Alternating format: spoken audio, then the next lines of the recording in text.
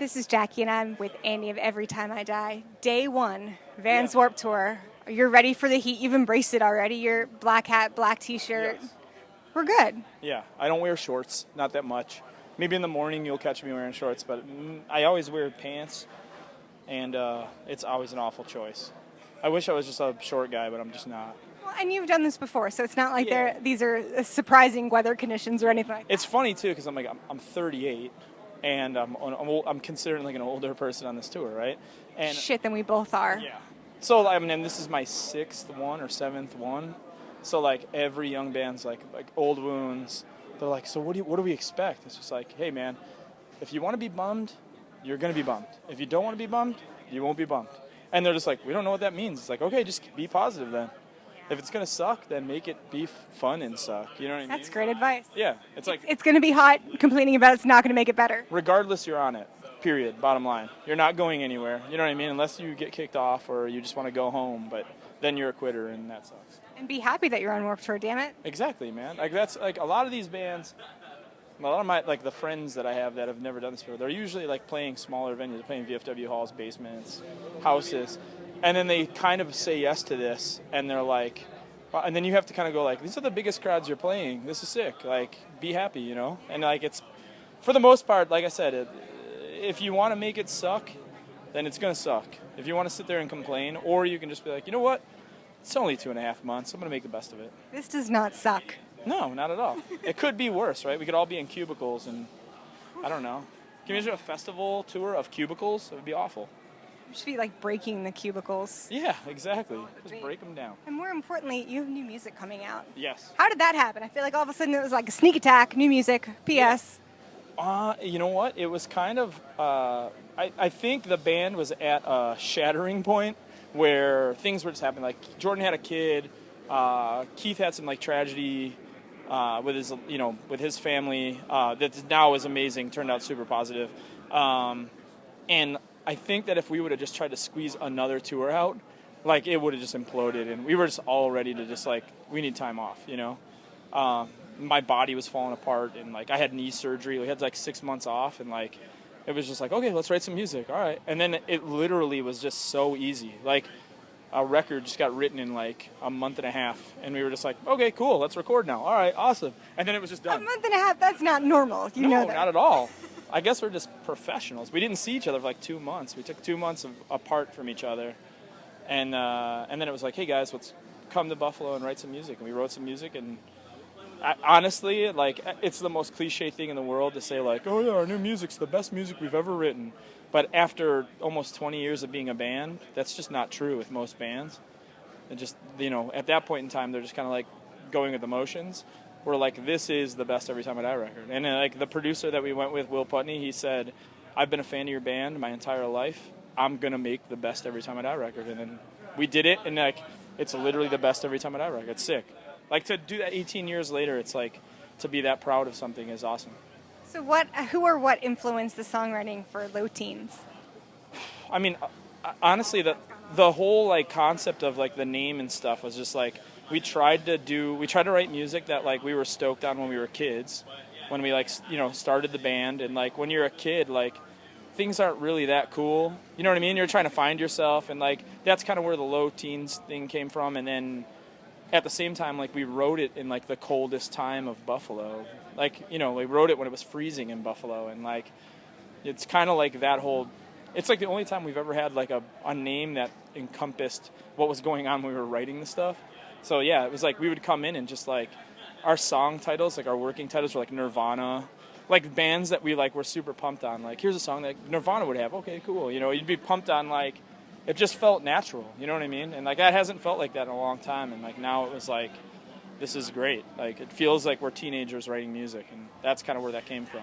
Even the treatment for the video, is it the coin has a say? Yeah. Who came up with the treatment for that? It's very sort of VHS-esque. That's what we wanted. When we were kids, like I remember specifically going to Jordan Buckley's house, watching Converge play Mercury Theater in Buffalo, New York, just because we wanted to see ourselves like moshing or like crowd riding or like stage diving. and it looked like that. So like when we did it, we were like, you know, bands do like live videos and stuff like that all the time.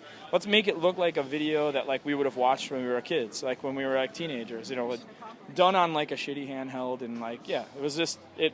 Yeah, everything's coming together pretty good when it comes to like the vision of what we're doing. And you guys have been together for quite a long time. Yes. What do you attest or attribute to your band's longevity? Because not every band, stays together that long. I think we know how to choose our battles, and I think that a lot of bands, after a while, you get that guy that wants to be like the main songwriter, or like I'm the singer, or like I'm the guy that writes the majority of the thing, and like all of us have an ego, but our ego is band centric instead of it being like soul centric. I just totally made that up. Hey, I buy it. It makes sense, right? Totally. Okay, yeah. And like we have an ego with our band, and we have a pride with our band that like there's no ego. Like just like no one kind of big dogs anyone, and like if there's something that you want to fight for, it's easy to just bring up, and like we either agree with it or disagree with it, but we discuss it, and like no one really fights. It's great. Because you're mature. You've grown up a little bit. I mean, the thing is, though, even when we were like kids, it wasn't ever. I don't know. Like, anytime there's been like a fight, it's like someone farts or something like that, and then we just like start laughing and then like move on. Like it's just, and that's the thing. Like so many people like fight over the dumbest shit, and it's funny because like I'm usually the guy that like sometimes I can be the baby, like where I'll just like light up off the deep end and be like, you know, and then like all I need is like Jordan or Keith to be like, dude, like think about what you're like trying to fight for right now, and then it's like something over like on the rider, like I don't have chicken, and then like, okay, I get it, okay, sorry guys, you know, and like we just kind of choke it up and that's it, and let's like let it go. Well, it's easy to to sometimes have beef about things. Yeah, chicken is important. Chicken is important, or beef, depending. Or beef, yeah. I'm just General. really craving steak, perhaps. Yeah. It's I mean, if you're vegan, you like beans for protein, or lentils, or legumes. But, some people need other things, and that's me. I need other stuff. So. Fair enough. Yeah. How do you keep in touch with fans? Social media, what's your favorite platform? My favorite thing is just being accessible, period. Like, a lot of people have a hard time, like, going and just talking to someone.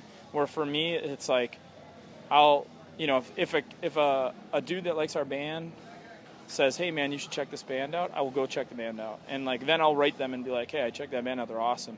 Or like, I'll be like, hey, I'm going to go see this band. Does anyone want to come? And then like, you'll get like kids that like Every Time I Die, come see a show. I saw this band Wrong the other day. And now I'm like, I want everybody, they're on tour right now. So I'm like, I want everybody to go see Wrong because they're great. And a kid told me about that band. I thought they were awesome, like, but that's what I like. Like, I don't know if I'm going to do it right now because I'm starving, but like, I'll go watch a band and like, a kid will come up to me and I'll just watch a band with a kid. I think that's like the most important thing is like, not putting yourself on a pedestal, and a lot of people like that. And I've always said it, and I've probably said it in a million other interviews where it's like, we're all good at our instruments, and we've gotten to this point because we were nerds that sat in a room and learned something. We weren't going and getting chicks. We weren't doing cool stuff. I wasn't like hanging 10 on a surfboard or anything like that. I was like sitting in my room trying to learn songs, which is a very nerdy thing. So like, if you want to say that I'm on a pedestal, then okay, cool. I like playing video games and I like writing on my guitar. Like, that's a very nerdy thing to do. I'm not going to put myself on a pedestal. You know what I mean? I'm obsessed with wrestling. I'll sit there and talk about wrestling. Wrestling is like the nerdiest thing in the world. So like, there's no point of me saying like, hey, just because I'm in Every Time I Die, I should be here and you should be here. It's like, we should all be there, Well, get nerdy with Every Time I Die. Be sure to check out their new album, Low Teens. This is Jackie. Thanks to In the Key of Change and Chorus.fm.